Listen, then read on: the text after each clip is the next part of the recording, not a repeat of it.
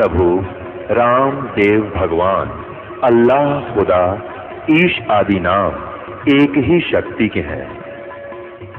वो कैसा है, कहाँ है, कैसे मिलता है, किसने देखा है? ये प्रश्नवाचक चिन्ह पूर्ण रूप से हटाने के लिए अवश्य सुनिए जगत गुरु तत्वदर्शी संत रामपाल जी महाराज के अमृत वचन सर्व पवित्र धर्मों के पवित्र शास्त्रों के आधार पर।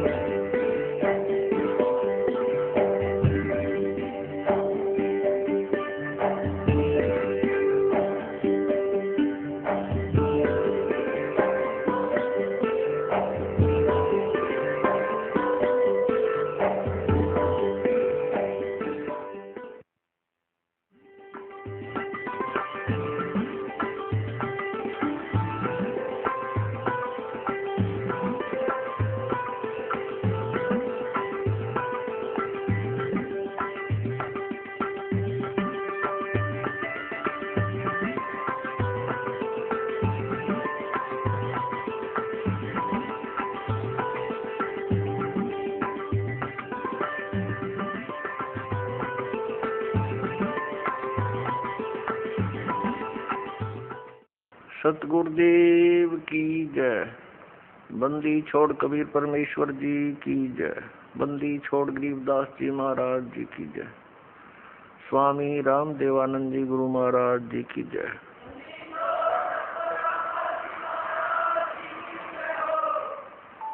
गरीब नमो नमो सतपुरुष को नमस्कार। गुरु की नहीं सुर नर मुनि जन साधुआं संतों सर्वस्दी नहीं। सतगुरु साहिब संत सब डंडो तुम प्रणाम। आगे पीछे मध्य हुए तिनको जा कुर्बान।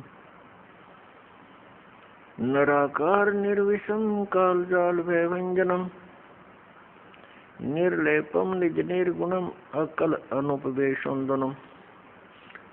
सोहम सुरति समाप्तम सकल समाना निर्तलय।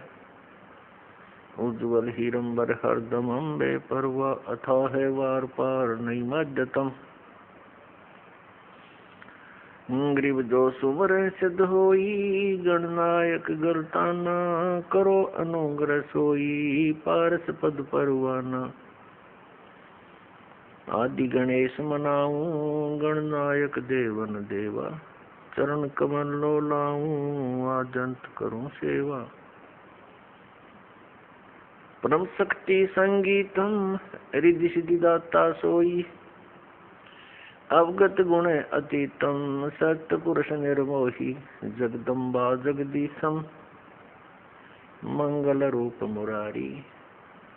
तन मन अर्पो शीसम भक्ति मुक्ति भंडारी। सुर नर मुनि जन ध्यावे ब्रह्मा विष्णु महेशा। शेष शेष मुख गावे पूज्य आदि गणेशा। इंद्र कुबेर सरीखा वरुण धर्म राय धामे। समर्थ जीवन जी का मन इच्छा फल पावे। 33 कोटि अधारा धावे 88। उत्तरे बहुजल पारा कट है यम की फांसी। 33 कोटि अधारा धावे 88। उत्तरे बहुजल पारा कट है यम की फांसी। कर जोरों विनती करूं दोरों चरण पर शीश। गुरु जी राम देवानंद जी महाराज ने दियो नाम बख्शीश। कोटि कोटि सिजदा करूं कोटि कोटि प्रणाम। चरण कमल में रखियो मैं बंदी जाम गुलाम। कुत्ता हूँ गुरुदेव का रामपाल दास का नाम। गले प्रेम की जेवड़ी खींचो वहाँ जान। तो करो तो बावड़ू, दूर दूर करो तो जाऊं, जो राखो त्यों ही रहूं, जो देवो सुख। जय इब के सतगुरु मिले, सब दुख आँखों रो, चरणों पर शीश धरूं, कहूँ जो कहनी हो। कबीर गुरु जी मिलेंगे, पूछेंगे कुशलात, आदि अंत की सब कहूँ अपने दिल की बात। गुरु जी तुम ना भूलियो, चाहे लाख लोग मिल जाएं, हम जैसे तुमको बहुत हैं, तुमसे हमको नहीं। तुमरे विसारे क्या बने, मैं किसकी शरण में जाऊं। शिव ब्रंच मुनि नारदा, तिनके हृदय न समाऊं। सूरत करो मम साइया, हम हैं भवजल माही, आप ही बह जाएंगे जो तुम न पकड़ोगे बाण। हे बंदी छोड़ दयाल जी, तुम तक हमारी दौड़, जैसे कागज जहाज का सूझत और न ठोर। परम पिता परमात्मा पूर्ण ब्रह्म सर्व उत्पादक प्रभु, सर्व का सृजनहार, वो परमात्मा कबीर देव हैं, कबीर साहब जी हैं, जो काशी शहर में बनारस के अंदर एक जुलाहा और कवि नाम से प्रसिद्ध हुए। वे स्वयंभू परमात्मा हैं। वे वो परमेश्वर हैं जिसके विषय में चारों वेद बताते हैं कि उस परमेश्वर की शरण में जाने से ये जीव कर्म दंड से भी मुक्त हो सकता है। उस परमेश्वर की शरण में जाने से प्राणी पूर्ण मोक्ष प्राप्त कर सकता है। वो परमात्मा अजन्मा है, स्वयंभू है, परम अक्षर ब्रह्म उन्हीं को कहा जाता है। सतपुरुष, अकाल मूर्त, शब्द स्वरूपी राम भी उसी कबीर नामक परमात्मा के उपमात्मक महिमात्मक नाम है। पुण्यात्माओं, श्रीमद् भगवत गीता अध्याय नंबर 7 के श्लोक नंबर 29 में गीता ज्ञानदाता ने कहा है कि अर्जुन, जो ज्ञान मैं तुझे बता रहा हूँ, इसका आश्रय लेकर, इसको आधार मानकर जो व्यक्ति तत्वदर्शी संतों के पास जाकर तत्व ज्ञान को समझ लेता है, उसके पश्चात वह केवल जरा और मरण से छूटने का ही प्रयत्न करता है। दूसरे शब्दों में कहा है कि जो जरा और मरण, जरा मीन बुढ़ापा वृद्धावस्था और मरण मीन मृत्यु, यानी बुढ़ापे के दुख से और मृत्यु के कष्ट से जो छूटने का प्रयत्न करते हैं, वे साधक तत्ब्रह्म से संपूर्ण अध्यात्म ज्ञान से और संपूर्ण कर्मों से परिचित हैं। अपनी आत्माओं, जब तक हमें संपूर्ण अध्यात्म ज्ञान का हमें परिचय नहीं होगा, जानकारी नहीं होगी, तो हम साधना भी अधूरी ही कर रहे होंगे। इसलिए श्रीमद् भगवत गीता अध्याय नंबर 4 के श्लोक नंबर 33 में कहा कि अर्जुन, इस द्रव्य में यज्ञ की अपेक्षा ज्ञान यज्ञ श्रेष्ठ है, और ज्ञान यज्ञ के द्वारा सभी कर्मों का अंत हो जाता है। अपने आत्माओं, द्रव्य में यज्ञ होती है, जैसे किसी से प्रेरणा पाकर भक्त कहीं कोई भंडारा कर देता है, कहीं पर कोई कपड़े वितरित कर देता है, कहीं कोई धर्मशाला या मंदिर बनवा देता है। इस तरह की जो क्रियाएं हम करते हैं ये बुरी नहीं है, लेकिन जब तक हम अध्यात्म ज्ञान से पूर्ण परिचित नहीं होते, उनकी की हुई साधना से हमें पूर्ण लाभ प्राप्त नहीं हो सकता। मनुष्य जीवन का मूल उद्देश्य क्या है, पहले हमने ये समझना पड़ेगा। इस मानव शरीर का मूल उद्देश्य क्या है?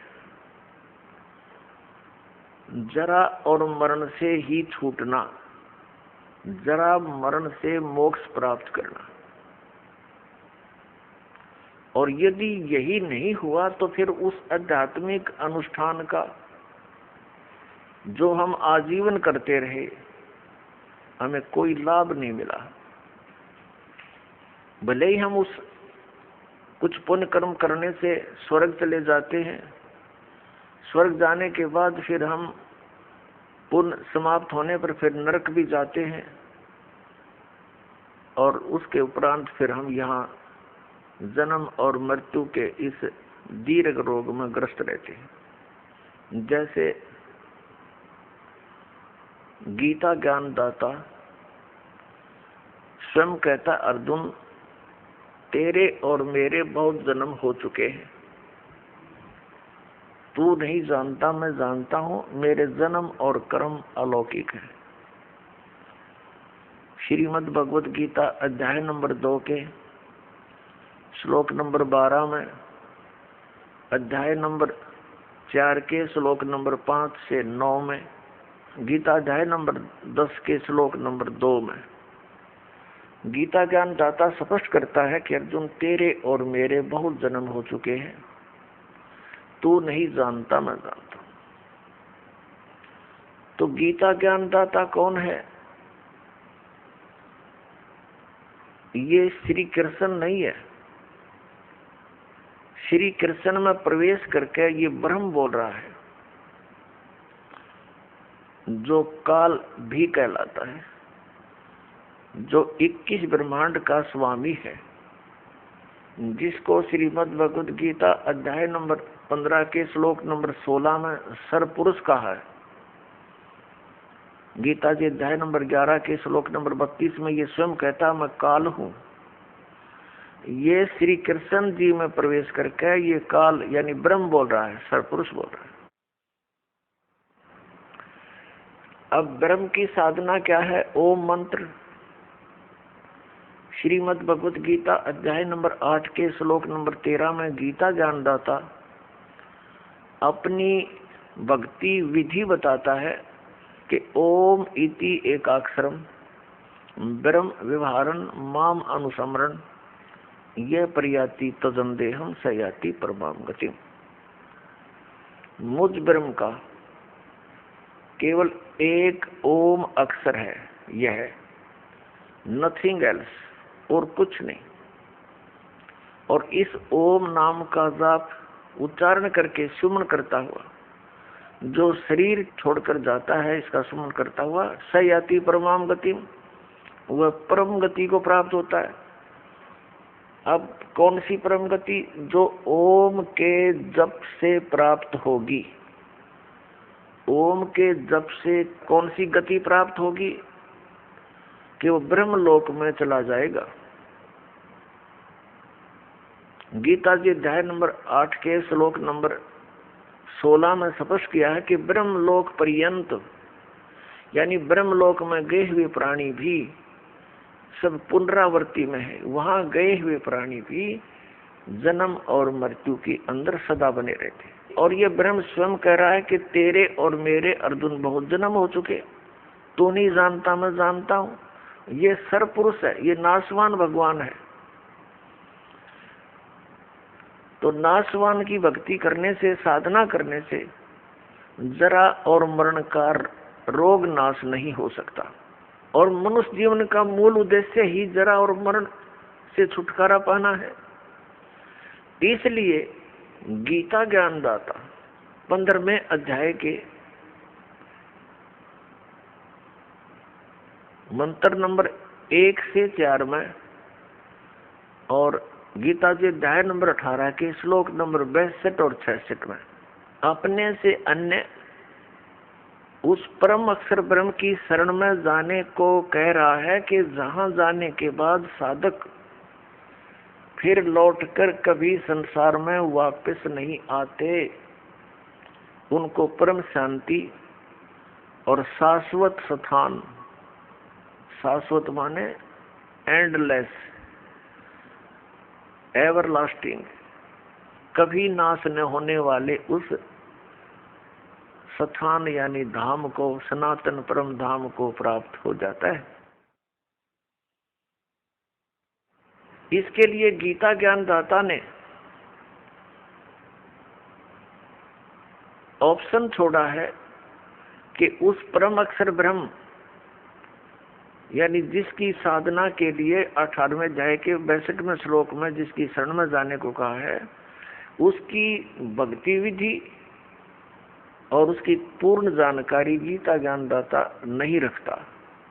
इसलिए उसने कहा है 4थे अध्याय के 34वें श्लोक में कि तत्व ज्ञान के अंदर ये सर्व जानकारी उस अध्यात्म मार्ग की, संपूर्ण अध्यात्म ज्ञान उस तत्व ज्ञान के अंदर है। और उस ज्ञान को तू तत्वदर्शी संतों के पास जाकर समझ, उनको दंडवत प्रणाम करने से और विनम्र भाव से प्रसन्न करने से वो तत्वदर्शी संत तुझे परमात्म तत्व का, उस परमात्मा का ज्ञान कराएंगे। श्रीमद् भगवत गीता अध्याय नंबर 8 के श्लोक नंबर 1 में अर्जुन ने पूछा कि हे भगवान, आपने जो गीता अध्याय नंबर 7 के श्लोक नंबर 29 में जिस तत्परम की जानकारी दी है कि उस तत्परम को जानकर संपूर्ण अध्यात्म से परिचित और संपूर्ण कर्मों से परिचित प्राणी केवल जरा और मरण से ही मोक्ष के लिए यत्न करता है, वही संसार की किसी वस्तु की इच्छा नहीं रखता। तो किम तत्परम 8वें अध्याय के गीता जी में प्रथम मंत्र में प्रश्न किया। गीता ज्ञान दाता ने 8वें अध्याय के 3रे श्लोक में जवाब दिया, उत्तर दिया कि वो परम अक्षर ब्रह्म है। श्रीमद् भगवत गीता अध्याय नंबर 4 के श्लोक नंबर 25 से लेकर 30 तक गीता ज्ञान दाता ने जानकारी दी है कि कोई साधना ऐसी करता है, कोई देवताओं की पूजा करता है, कोई योग अभ्यास ही करता है, कोई स्वाध्याय ही करता है और कोई ब्रह्म को इष्ट मानकर पूजा करके अपने प्राणों को न्यौछावर कर देता है।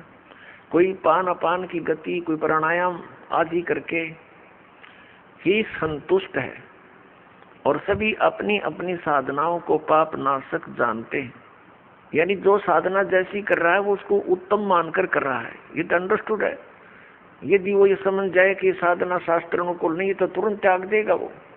तो जब तक उस साधना को प्राणी कर रहा है तो उसको उत्तम और पाप नाशक जानकर ही कर रहा है। पाप नाशक यानी मोक्षदायक, पाप नाश होते ही मोक्ष होगा। इसके लिए गीता जी अध्याय नंबर 4 के श्लोक नंबर 32 में गीता ज्ञान दाता ने कहा है कि जो अभी मैंने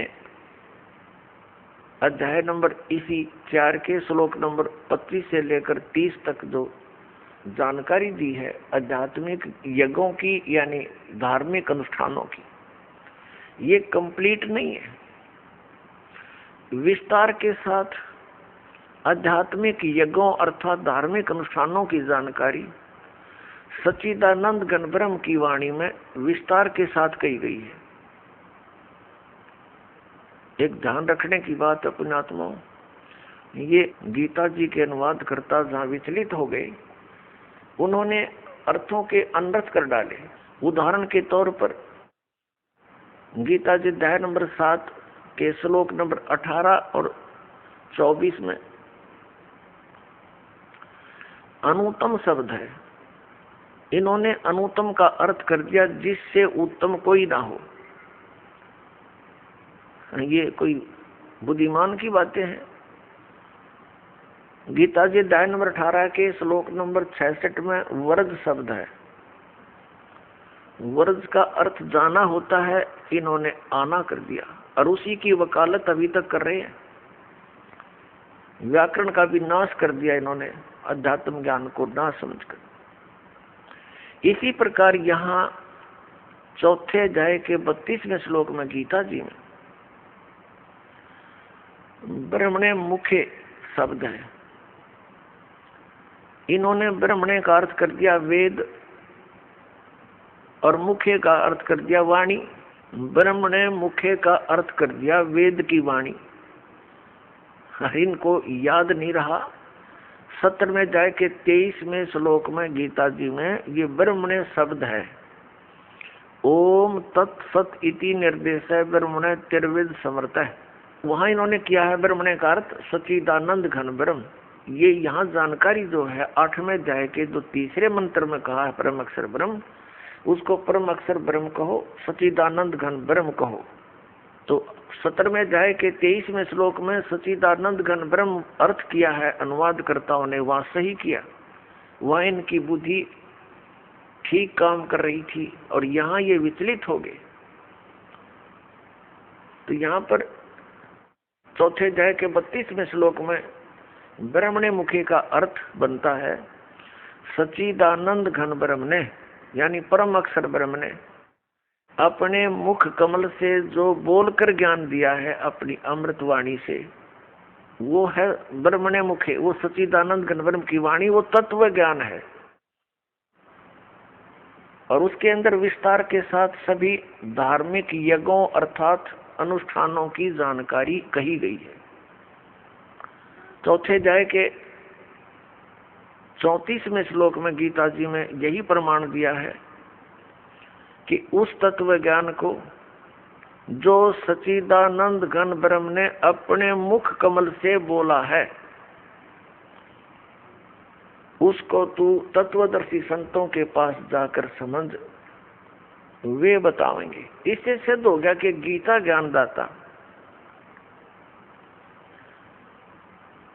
उस तत्व ज्ञान से अपरिचित है। अन्यथा 18 अध्याय बोले, एक अध्याय और बोल देता उस तत्व ज्ञान के विषय में। तो इससे सिद्ध है कि गीता जी के अंदर कंप्लीट स्पिरिचुअल नॉलेज नहीं है, संपूर्ण अध्यात्म ज्ञान नहीं है। और ये भी नहीं कह सकते कि गीता जी का ज्ञान उचित नहीं है, ये भी नहीं कह सकते कि ये गलत है। जैसे 10वीं कक्षा तक का जो पाठ्यक्रम होता है, वो 10वीं मैट्रिक तक तो कंप्लीट है, लेकिन इस शिक्षा का ये पूर्ण सिलेबस नहीं है। शिक्षा यही अंत नहीं हो जाती, इसलिए आगे की जो पढ़ाई है वो अलग पुस्तक होती है। इसी प्रकार उस सच्चिदानंद घन ब्रह्म ने स्वयं आकर अपना ज्ञान दिया। और जब तक वो परमात्मा आकर यहाँ स्वयं यथार्थ ज्ञान प्रदान नहीं करता, तब तक पूरा मानव अध्यात्म ज्ञान से कोसों दूर होता है। पुण्यात्माओं, अब गीता जी अध्याय नंबर 7 के श्लोक नंबर 29 में गीता ज्ञानदाता ने कहा है कि मेरे इस तत्व ज्ञान का आश्रय करके और जो जरा और मरण से छूटने का प्रयत्न करते हैं वे तत्वब्रह्म से संपूर्ण अध्यात्म ज्ञान से सभी कर्मों से परिचित है। अब गीता जी अध्याय नंबर 15 के श्लोक नंबर 1 में उस तत्वदर्शी संत की पहचान बताई है कि उल्टे लटके हुए, ऊपर को जड़ और नीचे को शाखा वाला ये संसार रूपी वृक्ष है। ऊपर को जड़ तो परम अक्षर ब्रह्म है और नीचे को तीनों गुण रूपी शाखा है। गीता जी अध्याय नंबर 15 के श्लोक नंबर 1 से 4 का ये निष्कर्ष है जो दास बताने जा रहा है। तीनों गुण कौन है? रजगुण ब्रह्मा, सतगुण विष्णु, तमगुण शिव जी। और जो संत इस उल्टे लटके हुए संसार रूपी वृक्ष के सभी विभाग बता देगा, स वेदविद, वह वेद के तात्पर्य को जानने वाला है, वह तत्वदर्शी संत है। ये क्लियर कर दिया। और गीता जी अध्याय नंबर 15 के श्लोक 1 से 4 का निष्कर्ष है कि उसके पश्चात जब तत्वदर्शी संत मिल जा, उस तत्व ज्ञान रूपी शस्त्र के द्वारा इस अज्ञान रूपी उलझी हुई गुत्थी को काटकर, अर्थात तत्व ज्ञान को समझकर उसके पश्चात परमेश्वर के उस परम पद की खोज करनी चाहिए, जहां जाने के बाद साधक फिर कभी लौटकर संसार में नहीं आता। ये गीता ज्ञानदाता कह रहा है। किसी अन्य परमात्मा की शरण में जाने को, अन्य की साधना करने को, फिर क्या बताया इसी में गीता जी अध्याय नंबर 15 के श्लोक नंबर 4 में कि उसके पश्चात परमेश्वर के उस परम पद की खोज करनी चाहिए, जहां जाने के बाद साधक फिर लौटकर कभी संसार में नहीं आता, अर्थात पूर्ण मोक्ष प्राप्त कर लेता है, जरा और मरण से पूर्ण छुटकारा प्राप्त कर लेता है। और जिस परमेश्वर से संसार रूपी वृक्ष की प्रवृत्ति विस्तार को प्राप्त हुई है, अर्थात जिस परमात्मा ने पूरे ब्रह्मांडों की संपूर्ण संसार की रचना की है, और उसी परमेश्वर की मैं शरण हूं, उसी की भक्ति करनी चाहिए, अन्य की नहीं। गीता ज्ञानदाता ने कति कंसेप्ट क्लियर कर दिया। यदि पूर्ण मोक्ष प्राप्त करना है तो उस परम अक्षर ब्रह्म की पूजा कर, और उसके विषय में मैं परिचित नहीं, उसके लिए तत्वदर्शी संतों की खोज कर ले, अन्य की पूजा नहीं करनी। अपनी साधना के विषय में उसने बता ही दिया कि मेरी भक्ति करेगा तो जन्म मृत्यु तेरी भी बनी रहेगी और मेरी भी बनी रहेगी। अपनी साधना का मंत्र भी गीता ज्ञानदाता ने क्लियर कर दिया 8वें अध्याय के 13वें श्लोक में कि ओम इति एकाक्षरम ब्रह्म व्यवहारण मामनुस्मरण ये प्रियाति तदंदेहम सयाति परमाम गति। मेरा तो एक ओम अक्षर है, मुझ ब्रह्म का उच्चारण करके सिमरन करता हुआ जो शरीर त्याग कर जाता है, वो इस परम गति को प्राप्त होता है जो ओम से मिलने वाली गति यानी राहत है। वो आपको बता दिया कि वो 8वें अध्याय के 16वें श्लोक में गीता जी में कहा कि वो ब्रह्मलोक में जाते हैं। ब्रह्मलोक पर्यंत सब नाशवान है, क्योंकि ओम नाम से ब्रह्म की प्राप्ति होती है। ब्रह्म ब्रह्मलोक में रहता है। ब्रह्मलोक पर्यंत सभी प्राणी सभी लोग पुनर्वर्ती में है, यानी वहां गए हुए प्राणी भी पुनर्जन्म को प्राप्त होते हैं। और गीता ज्ञानदाता स्वयं कहता चौथे अध्याय के 5वें श्लोक में और 9वें श्लोक में, दूसरे अध्याय के 12वें श्लोक में और 10वें अध्याय के दूसरे श्लोक कि अर्जुन तेरे और मेरे बहुत जन्म हो चुके हैं, तू नहीं जानता, मैं जानता। इसलिए उसने स्पष्ट कर दिया कि उस पूर्ण मोक्ष प्राप्ति के लिए गीता जी अध्याय नंबर 18 के श्लोक नंबर 62 और 66 में कि उस परमात्मा की शरण में जा। 17वें अध्याय के 23वें श्लोक में यह भी कंसेप्ट क्लियर कर दिया कि उस परमात्मा की वाणी का ओम तत्सत, ये 3 मंत्र का जाप और 3 ही विधि से करना है। ये तत्वदर्शी संत बताएंगे, मुझे मालूम नहीं, गीता ज्ञानदाता कहता है। क्योंकि गीता जी अध्याय नंबर 15 के श्लोक नंबर 16 और 17 में 3 पुरुष हैं। अध्याय नंबर 15 के श्लोक नंबर 16 में 2 पुरुषों की जानकारी है, सर पुरुष और अक्षर पुरुष। पुरुष माने प्रभु कहो, ब्रह्म कहो, सर ब्रह्म कहो, सर पुरुष कहो, दूसरे को अक्षर पुरुष कहो या अक्षर ब्रह्म कहो। ये 2 परमात्मा, 2 पुरुष हैं। इनके अंतर्गत जितने प्राणी हैं और ये स्वयं ये नाशवान है। और जीवात्मा तो किसी की नहीं मरती, गधे कुत्ते की भी नहीं मरती। फिर गीता जी अध्याय नंबर 15 के श्लोक नंबर 17 में तुरंत कहा है कि उत्तम पुरुष है तू अन्य परमात्मा इति उदाहरते। उत्तम पुरुष यानी श्रेष्ठ परमात्मा तो कोई और है, जिसके विषय में 8वें अध्याय के 3रे श्लोक में कहा कि वो परम अक्षर ब्रह्म है और वही परमात्मा कहलाता है। ये लोकचर्या में आविषय विवर्ती, जो तीनों लोकों में प्रवेश करके सबका धारण पोषण करता है, वो है वास्तव में अविनाशी परमात्मा। अपने आत्माओं जैसे पेड़ को आहार कहाँ से मिलता है? जड़ों से, मूल से। और मूल कौन है संसार का? परम अक्षर ब्रह्म। तो सबका धारण पोषण करने वाला भी वही है, तीनों लोकों में प्रवेश करके सबका धारण पोषण करता है, वो परम अक्षर ब्रह्म है। अब श्रीमद् भगवत गीता जी में इतना सा ज्ञान है, ये बिल्कुल कंप्लीट नॉलेज है। इस गीता जी में गीता ज्ञान दाता ने अपना पल्ला झाड़ दिया कि उस परम अक्षर ब्रह्म से तो मोक्ष होगा, जरा मरण उससे मिटेगा, और उसकी विषय में मैं परिचित नहीं। तत्वदर्शी संतों की खोज कर, और तत्वदर्शी संत वही होगा जो ब्रह्म ने मुखे सच्चिदानंद घन ब्रह्म के मुख से बोली गई वाणी से ही तुझे ज्ञान देगा। तो वो कबीर वाणी है, सच्चिदानंद घन ब्रह्म की वाणी है, उसके अंदर अध्यात्म ज्ञान पूर्ण रूप से लिखा हुआ है। अपने आत्मा गीता जी अध्याय नंबर 18 के श्लोक नंबर 66 में वर्ड शब्द है। वर्ड जैसे इंग्लिश वर्ड है गो, तो गो मीन जाना होता है। गो का अर्थ यदि कहीं पर किसी ने आना किया है तो वो सेंटेंस को समझा नहीं, उसकी मूर्खता है। इसी प्रकार गीता जी अध्याय नंबर 18 के श्लोक नंबर 66 में जो वर्ड शब्द है,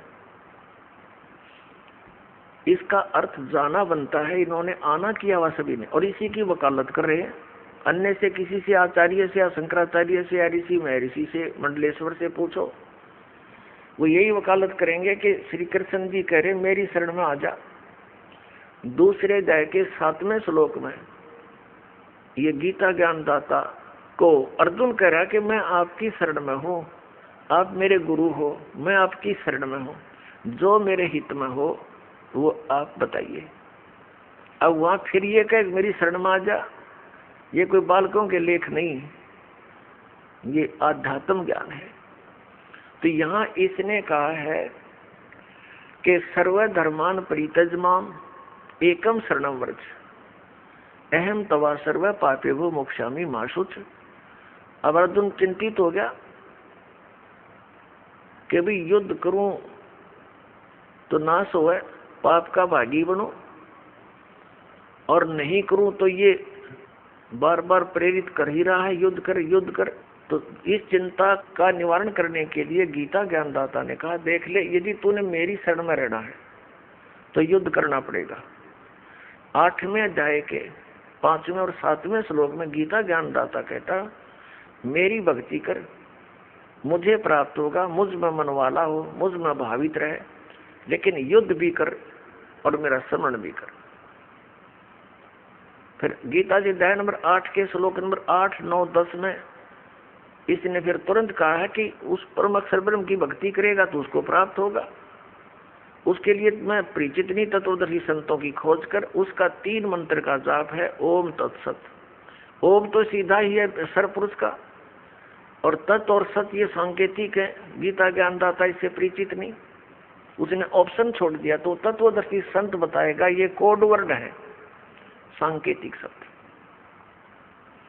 तो इन 3 मंत्रों की साधना से उस परम अक्षर ब्रह्म की प्राप्ति होगी। तो उसकी साधना करने से 8वें अध्याय के 8, 9, 10 श्लोक में कहा, उसकी साधना करने से उसको प्राप्त होगा, उसके पास चला जाएगा।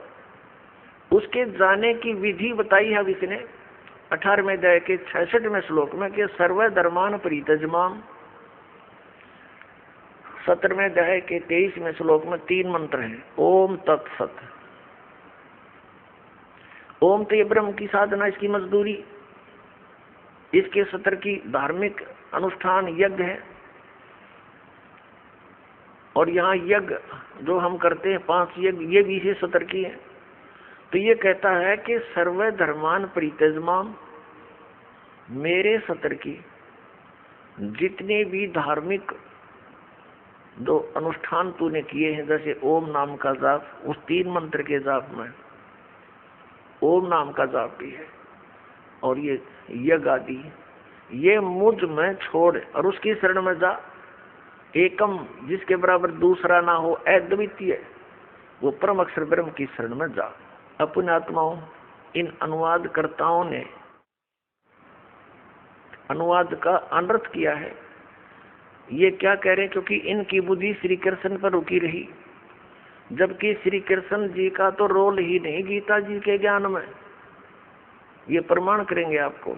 श्री कृष्ण जी तो कह रहा है कि मुझे तो पता नहीं मैंने क्या बोला था। महाभारत के अंदर आपको प्रमाण दिखाएंगे। इस समय श्री कृष्ण में प्रवेश करके ये काल बोल रहा था ब्रह्म। नहीं, श्री कृष्ण तो अर्जुन का साला था। और 11वें अध्याय के अंदर अर्जुन पूछ रहा है कि ए महानुभाव, आप कौन हैं? मैं आपको पहचान नहीं पा रहा हूं। क्या अपने साले को भूल जाता आदमी? क्योंकि श्री कृष्ण से बाहर निकलकर उसने अपना विराट रूप दिखाया। अर्जुन कृष्ण कृष्ण तो भूल गया, वो तो एक साइड में खड़े हैं और वो देखा इतनी विकराल चेहरा। कहा ये अब मैं काल हूं। और 7वें अध्याय के 24 और 25 में कहा कि ये मूर्ख लोग, जन समुदाय मुझे कृष्ण मान रहे होंगे। मुझ अव्यक्तम व्यक्तिम आपनम मनन्ते, मुझ अव्यक्त को, अव्यक्त का अर्थ होता है जो छुपा हुआ हो, सामने प्रकट ना हो। जैसे वर्षा के दिनों में बादल छा जाते हैं तो सूर्य दिखाई नहीं देता, वो अव्यक्त हो जाता है, हमें ना दिखता, वो अलग बात है, लेकिन विद्यमान है वो। तो इसी प्रकार ये यहाँ कह रहा है कि मैं अपनी योग माया से छुपा रहता हूँ। ये मेरा अनुत्तम यानी घटिया विधान है, अटल अवयव, कि मैं कभी किसी के समक्ष नहीं आता। और ये विराट रूप मैंने तुझे अपना अनुग्रह करके दिखाया है। 11वें अध्याय के 47 और 48 श्लोक में कहा कि ये है मेरा वास्तविक रूप अर्जुन, और तेरे अतिरिक्त पहले किसी ने देखा था। और ये मेरी प्राप्ति यानी मेरे दर्शन ना वेदों वर्णित विधि से, ना यज्ञ से, ना तप से, ना जप से, किसी प्रकार से कोई नहीं कर सकता। तो यहाँ गीता ज्ञानदाता 18वें अध्याय के 66वें श्लोक में कह रहा है कि सर्व धर्मान परित्यज्यमाम, मेरे सत्र के जितने धार्मिक अनुष्ठान हैं उनकी भक्ति मुझे छोड़ दे। तो एकम शरणम व्रज, जिसके बराबर दूसरा ना हो, अद्वितीय एकम, उस परम अक्षर ब्रह्म की शरण में जा। अब इनका अनुवाद देखो। ये कहते हैं कि सब धर्मों के कर्मों को और मुझ में छोड़कर मेरी शरण में आ जा। बताओ उस समय छोड़कर उसकी शरण में आ जा। अकल गाम जा रही थी इनकी, इनको अध्यात्म ज्ञान नहीं था कंप्लीट। और जिसको संपूर्ण अध्यात्म नहीं है तो नीम हकीम है। नीम हकीमों ने पूरे मानव का नाश कर दिया। पहले ये कंसेप्ट क्लियर करते हैं कि गीता ज्ञानदाता गीता जी अध्याय नंबर 7 के श्लोक नंबर 18 में अपनी गति को अनुत्तम कहता है। और इनसे पूछते हैं आचार्यों से, शंकराचार्यों से, ऋषियों से, मंडलेश्वरों से, अपने धार्मिक हिंदू गुरुओं से, तो इनसे कोई पूछते हैं कि पूछा करते थे हम कि गीता ज्ञानदाता अपनी गति को, यानी गति तो साधना से होगी, अपनी साधना यानी गति को समझ लो, अनुत्तम क्यों कह रहा है।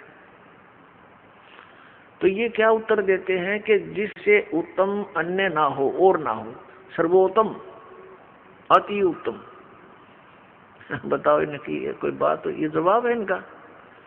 अरे अनुतीर्ण और उत्तीर्ण, उत्तीर्ण मीन पास, अनुतीर्ण माने फेल। और किसी बच्चे के सामने लिखा हो अनुतीर्ण और वो घर वालों ना आके कहे कि मेरे से पास कोई नहीं, मैं पास हो गया, तो क्या उसकी इस स्टेटमेंट से वो पास हो जाएगा? तो ये ऐसे समझो अध्यात्म ज्ञानहीन प्राणी थे जो ऐसी स्टेटमेंट देते। अब इसमें 7वें अध्याय के 18वें श्लोक में जो गीता ज्ञानदाता कहता है कि ये ज्ञानी पुरुष 3 तो उन्हें रिजेक्ट कर दिए, आर्थ, अर्थार्थी और जिज्ञासु। ये तो भक्ति योग्य होते ही नहीं, ये तो सिर्फ अपने स्वार्थवश या बकवादों के लिए ही कोई साधना करते हैं। और चौथे ज्ञानी बताए, ज्ञानी वो आत्मा होता है जिसने परमात्मा पाना ही उद्देश्य रखा हुआ होता है और वो समझ चुका है कि संसार असार है, अस्थायी सटे है और भक्ति करने के लिए मनुष्य जीवन प्राप्त हुआ है। और इस मनुष्य जीवन में यदि साधना भक्ति ठीक नहीं बनी तो यूजलेस है ये जीवन। इस उद्देश्य से जो व्यक्ति भक्ति मार्ग पर लगता है वो समर्पित हो जाता है। तो ये क्या कहता गीता ज्ञानदाता कि ये सभी ज्ञानी आत्मा है तो नेक उद्धार है, क्योंकि इन्होंने अपने शरीर की परवाह भी नहीं करी, परमात्मा पाने के लिए कठिन से कठिन साधनाएं की। लेकिन इनको तत्वदर्शी संत मिला नहीं। इन्होंने स्वयं जो वेदों को जैसा जाना समझा, क्योंकि यजुर्वेद अध्याय नंबर 40 के श्लोक नंबर 15 में ये वेद ज्ञान दाता भी वही है जो गीता ज्ञान दाता है, ये ब्रह्म है। ये कहता है कि मुझ ब्रह्म का केवल एक ओम अक्षर है, ओम कर्तु समर किलबे समर कर्तुम समर। ओम नाम का जाप काम करते करते सिमरन करो, विशेष कसक के साथ सिमरन करो, मनुष्य जीवन का मूल कर्तव्य जानकर इसका सिमरन करो।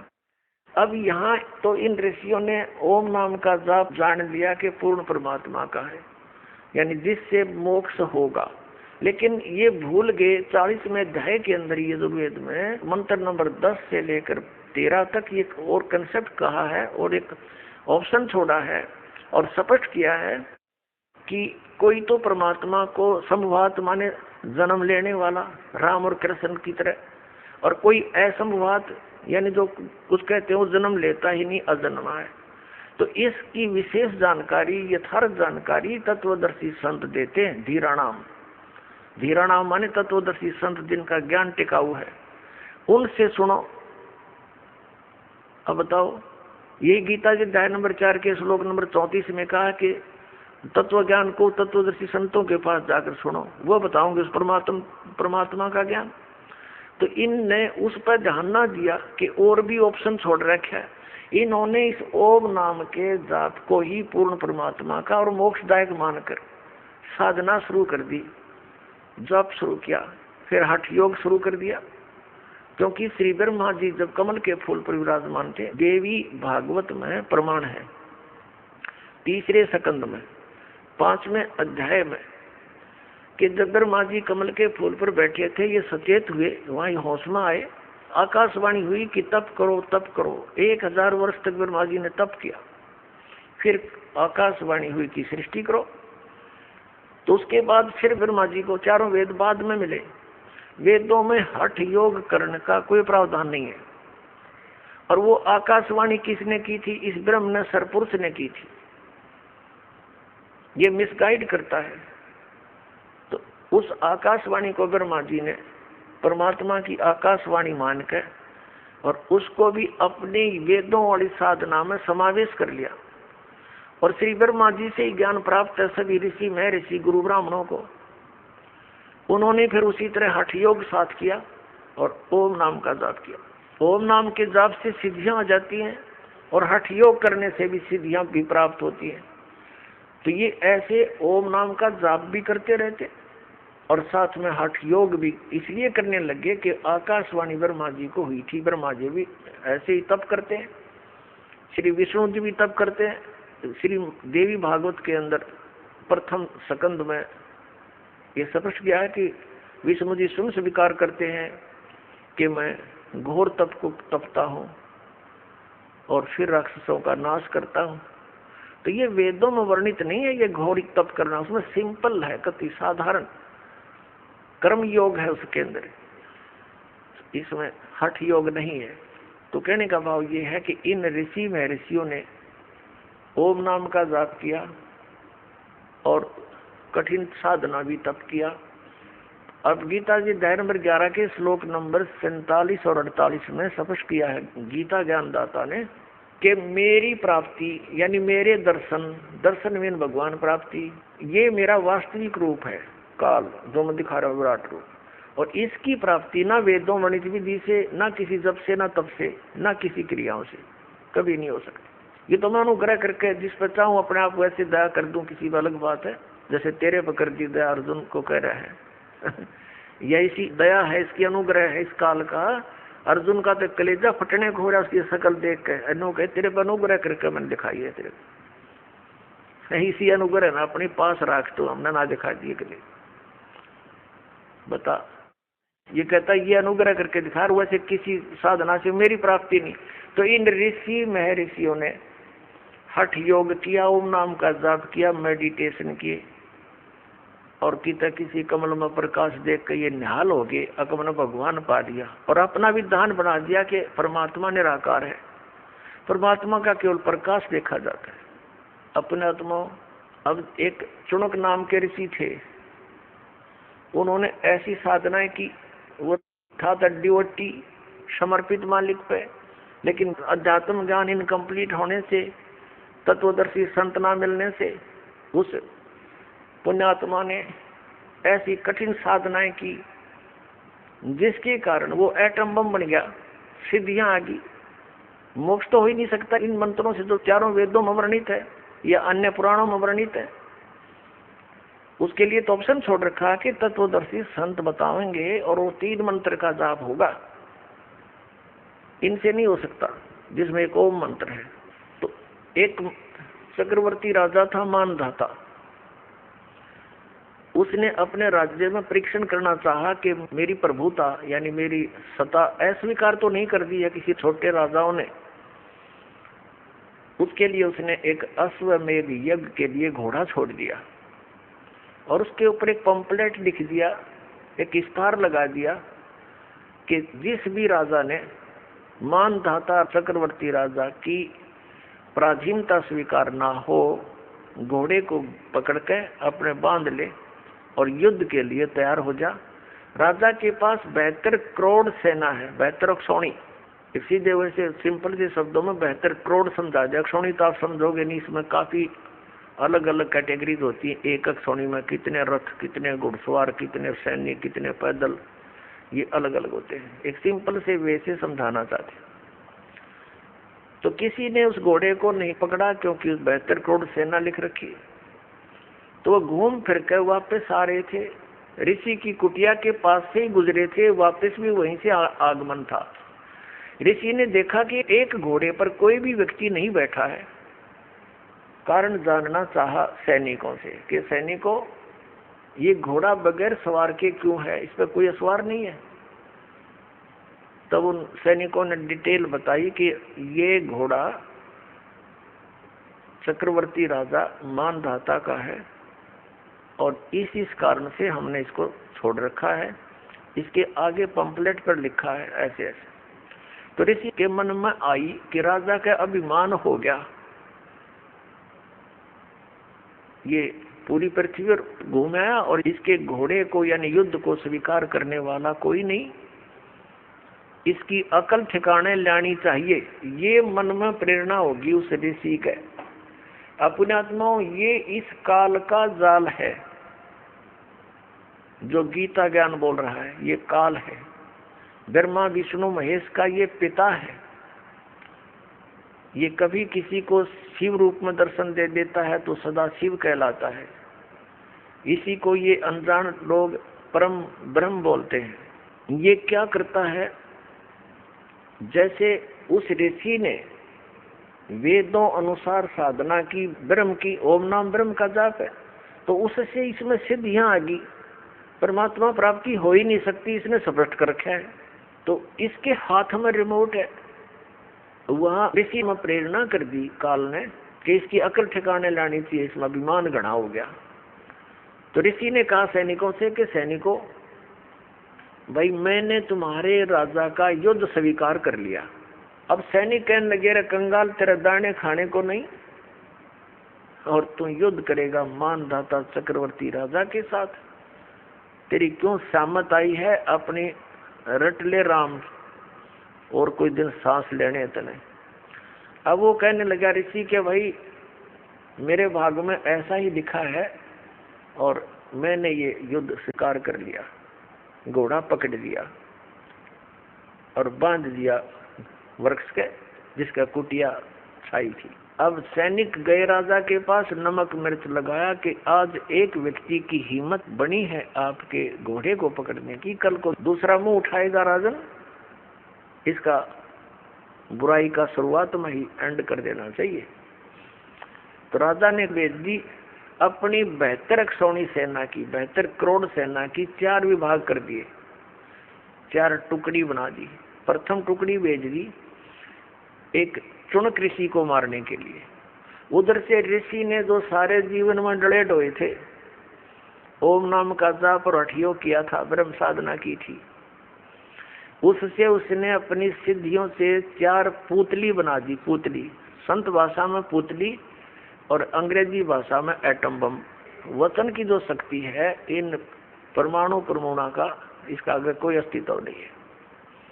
परमाणु बम वगैरह कोई भी, तो ये अध्यात्म शक्ति बहुत प्रबल है। तो 4 एटम बम बना दिए, एक पुतली छोड़ दी और उसने बहुत रूप धारण कर लिए और मानधाता चक्रवर्ती के 18 करोड़ सेना का कत्लेआम कर दिया। राजा ने दूसरी टुकड़ी भेज दी, ऋषि ने दूसरी एटम बम छोड़ दिया। कहने का भाव यह है कि उस मानधाता चक्रवर्ती राजा की 72 करोड़ सेना का नाश कर दिया उस चुनक ऋषि ने, उस ज्ञानी आत्मा ने अपने आत्मा। अब गीता ज्ञानदाता इसलिए कह रहा है कि मेरी भक्ति से, मेरी साधना से न तो जन्म मरण समाप्त हो सकता, जरा मरण का एंड नहीं हो सकता, और मेरी साधना इसलिए अनुत्तम है कि ये ज्ञानी आत्मा है तो उद्धार समर्पित है, लेकिन ये मेरे वाली अनुत्तम गति में ही सचित रहे, ब्रह्म तक की साधना करते रहे, और ये अनुत्तम है, इसमें तो ये कुबाड़े करेंगे ये, और मोक्ष हो नहीं सकता, जरा मरण समाप्त हो नहीं सकता। क्योंकि गीता ज्ञानदाता स्वयं कहता है 4थे अध्याय के 5 और 9 श्लोक में, दूसरे अध्याय के 12वें श्लोक में और 10वें अध्याय के दूसरे श्लोक में कि अर्जुन तेरे और मेरे बहुत जन्म हो चुके, तू नहीं जानता मैं जानता हूँ। और ये ना समझ कि ये राजा लोग पहले ना थे, तू ना था या मैं नहीं था, और आगे भी होंगे। और 10वें अध्याय के दूसरे श्लोक में स्पष्ट कर दिया कि मेरी उत्पत्ति को ये ऋषि और देवता नहीं जानते, क्योंकि ये मुझसे उत्पन्न हुए। ये ब्रह्मा विष्णु महेश इस काल के पुत्र हैं, और पुत्र पिता की डेट ऑफ बर्थ को कैसे जान सकते? वो तो दादाजी बतावे।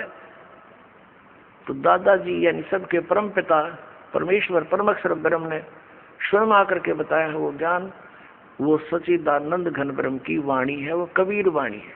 तो इस प्रकार गीता ज्ञानदाता